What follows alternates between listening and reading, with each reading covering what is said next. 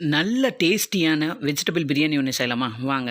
கொஞ்சமாக ஆயில் எடுத்துக்கலாம். ஆயில் எடுத்துகிட்டு ஒரு 2 பெரிய வெங்காயமும் பட்டை, ஏலக்காய், கிராம்பு போட்டு நல்லா வதக்கி விட்டுறலாம். நம்ம செடியில் பூத்த புதினா வச்சு தான் நம்ம இந்த பிரியாணி செய்ய போகிறோம். 1/2 கிலோ அரிசியில் பிரியாணி செய்யலாம். 100 gram carrot, 100 gram beans, 100 gram உருளைக்கிழங்கும், ஒரு 100 பச்சை பட்டாணியும் எடுத்துகிட்டு இந்த வெங்காயத்தோடு போட்டு நல்லா ஒரு 5 நிமிஷம் வதக்கி விட்டுறலாம். இஞ்சி பூண்டு பேஸ்ட்டு 1 1/2 டீஸ்பூனும், மல்லி, புதினா, 1/2 கிலோ பாஸ்மதி அரிசிக்கு 200 கிராம் தக்காளி, 3 பச்சை மிளகாய், 2 டேபிள் ஸ்பூன் அளவுக்கு தயிர், 1 1/2 டீஸ்பூன் அளவுக்கு மிளகாய்த்தூளும், தேவையான அளவு உப்பு சேர்த்து பச்சை வாசனை போகிற வரைக்கும் நல்லா வதக்கி விட்டுட்டு, இந்த கப்பில் நான் 1 கப் அளவு அரிசி எடுத்துருக்கேன். 1 1/2 கப் அளவு, அதனால் தண்ணி சேர்த்துட்டு தண்ணி நல்லா கொதி வந்ததுக்கப்புறமா 5 நிமிஷம் சிம்லேயே வச்சுட்டு நல்லா தண்ணி கொதிச்சதுக்கப்புறமா நம்ம ஊற வச்சுருக்க அரிசி இதோட சேர்த்துட்டு நல்லா ஒரு கொதி விடுங்க.